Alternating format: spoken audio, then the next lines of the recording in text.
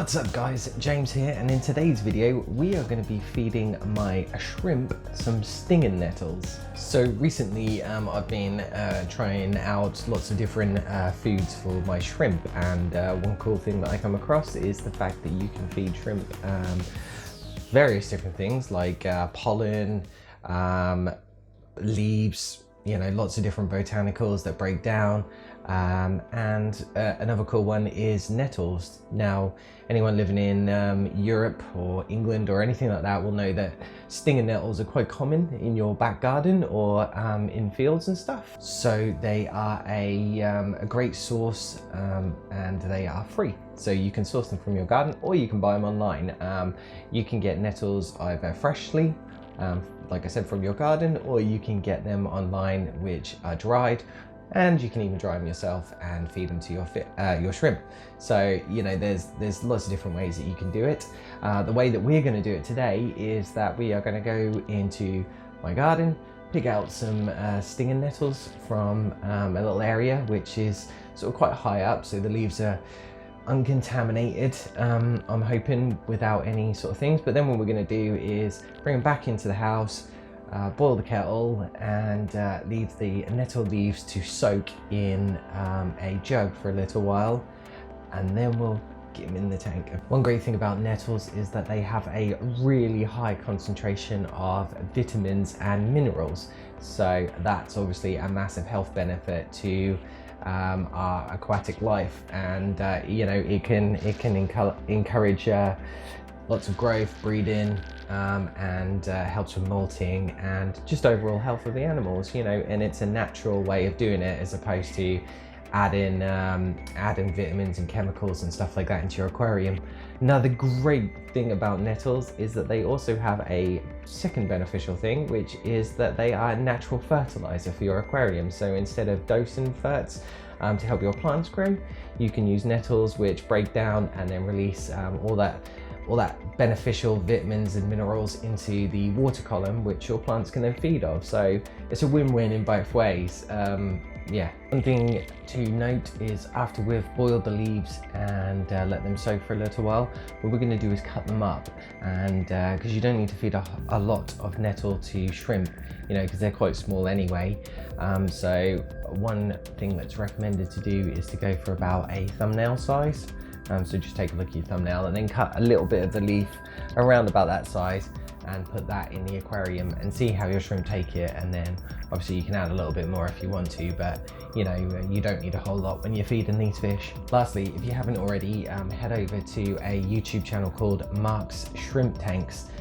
He is a YouTuber and a breeder of all different kinds of shrimp, and his channel is awesome. It gives so much helpful information on feeding shrimp, breeding shrimp, and caring for shrimp, and a lot of the inspiration for this video came from him. So yeah, definitely worth checking out Mark's Shrimp Tanks.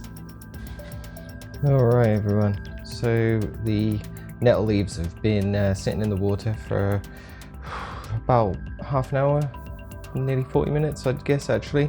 So what we're going to do now is we're going to cut the leaves up, probably to about the size of my thumbnail, and try a few bits and pieces in the aquarium and see what happens.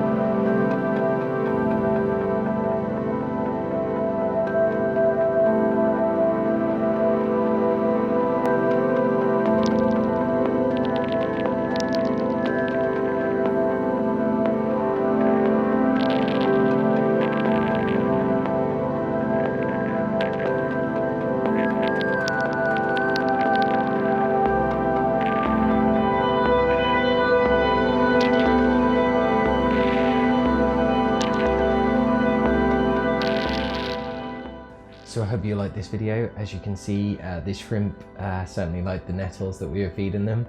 And if you did, please give it a thumbs up and let me know what you feed your shrimp in the comments below. I'd love to hear your thoughts, and if you've got any suggestions of things that I could try, I'd love to hear from them. And also, if you could, make sure you hit that subscribe button. I put out weekly videos on all my fish keeping journeys, so make sure you hit that bell notification as well so you don't miss out. And until next time, you stay safe.